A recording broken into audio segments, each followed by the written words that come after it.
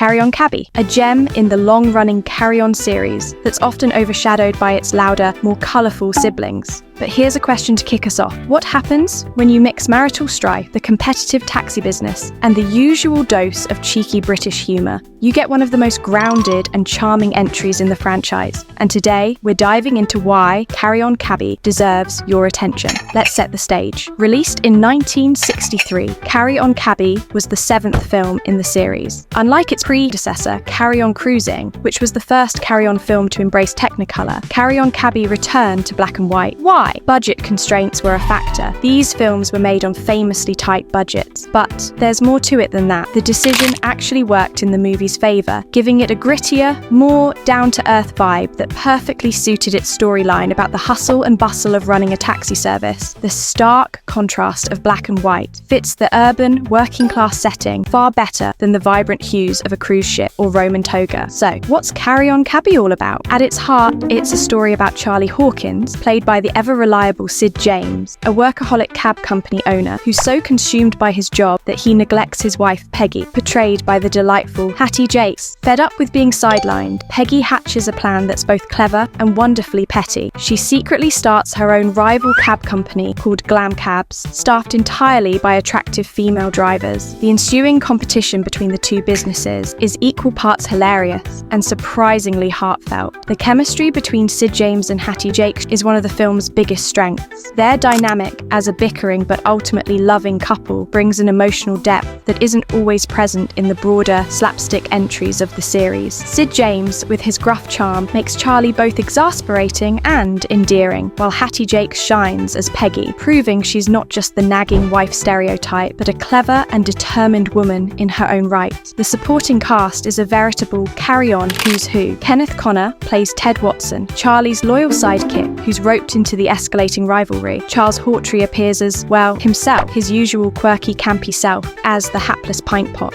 one of Charlie's cabbies. And then there's Liz Fraser as Sally, a friend of Peggy's, who adds a touch of glamour and mischief. Among the standout employees of Glam Cabs are Amanda Barry and Esma Cannon, who bring their own delightful quirks to the rival taxi firm. Amanda Barry plays Anthea, one of the glamorous drivers who calls everyone darling, with a breezy charm that's impossible to resist. In one particularly memorable scene, Anthea uses her charisma to sweet-talk a male customer into changing a flat tire for her, effortlessly blending her natural appeal with the cheeky humour the Carry On films are famous for. Meanwhile, Esma Cannon, as Flo, adds her trademark eccentricity and gentle comedic touch, proving that the Glam Cabs team isn't just glamorous, but hilariously resourceful as well. Together, they help establish Glam Cabs as a force to be reckoned with, much to the frustration of Sid James's speedy taxis. In Carry On Cabby, Jim Dale makes his series debut in the role of Jeremy,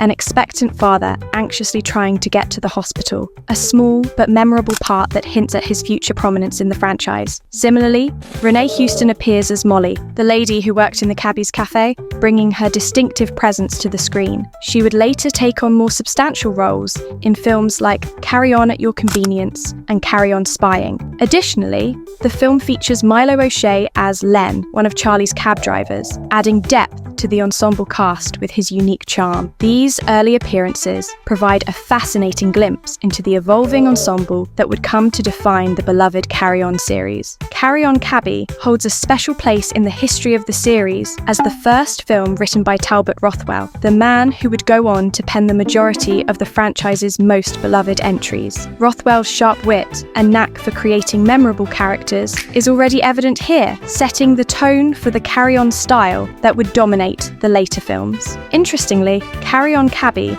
wasn't originally intended to be part of the series at all. The story, initially titled Call Me a Cab, was conceived as a standalone comedy about the taxi business. However, producer Peter Rogers saw its potential and rebranded it as a carry-on film, seamlessly integrating the humour and cast dynamics that fans had come to expect. This clever repurposing not only enriched the franchise, but also gave Rothwell a perfect platform to begin his long and successful association with the series. These actors characters bring the familiar humour and charm that fans of the series had come to expect, with plenty of innuendos, misunderstandings, and comedic chaos. Let's talk locations. Carry On Cabby was filmed in and around Windsor, Berkshire, a favourite haunt for the series due to its proximity to Pinewood Studios. The urban setting feels authentic, with streets bustling with vintage cars and black cabs, giving the movie a real sense of place. This was no lavish globe-trotting adventure. It was a story firmly rooted in the day-to-day lives of ordinary people, which is part of what makes it so relatable and enduring. But what about its reception? Well, like many Carry On films, Carry On Cabby wasn't exactly showered with critical acclaim upon release. These movies were never meant to be high art. They were made for audiences looking for a good laugh, and that's exactly what they delivered. At the box office, it did respectably, though it didn't reach the heights of some later entries like Carry On Cleo or Carry On Camping. Still, its more grounded approach and focus on character over spectacle make it a standout for many fans. One of the most interesting things about Carry On Cabby is how it subtly tackled some broader social issues, albeit through the lens of comedy. The central conflict of the film, Peggy's decision to start a women-led taxi service, plays with themes of gender roles and equality in the workplace. While it's all handled with a light touch, there's an underlying message about women's independence and capability, especially for a film made in the early 1960s. Peggy's glam cabs aren't just a gimmick, they're a legitimate, thriving business that gives the male-driven speedy taxis a run for their money. In this way, Carry On Cabby stands apart from other Carry On films that often leaned more heavily on farce and parody. It feels more personal, more contained. It still has the saucy humour and ridiculous antics that are the series' bread and butter, but it's also a film about relationships, about how ambition and work can strain a marriage, and about how mutual respect and understanding can ultimately bring people back together. So, how does it compare to other Carry On films? While later entries like Carry On Cleo or Carry On Up the Khyber leaned into historical parodies or larger-than-life scenarios, Carry On Cabby feels almost like a slice-of-life comedy by comparison. It's a bit quieter, a bit more grounded, but no less funny. And for fans who appreciate the ensemble dynamic of the series, this film delivers in spades, with every actor getting their moment to shine. In retrospect, Carry On Cabby is a fascinating snapshot of the Carry On franchise in transition. It bridges the gap between the earlier, more restrained films like Carry On Sergeant and The Boulder, more colourful romps that would define the series in the late 1960s and 70s. It's proof that even on a limited budget, with no dazzling technicolor or exotic locations, the Carry On team could deliver a film that was funny, heartfelt, and uniquely British. So, if you've only seen the more famous Carry On films and haven't given Carry On Cabby a chance, now's the time to rectify that. It's a film that reminds us why the Carry On series endured for decades, not just for the laughs, but for the way it captured the quirks and charm of British life. Whether you're in it for Sid James's gravelly one-liners, Hattie Jacques' commanding presence, or the sheer absurdity of a taxi company turf war, this movie has something for everyone. And maybe, just maybe, it'll make you appreciate the beauty of black and white all over again.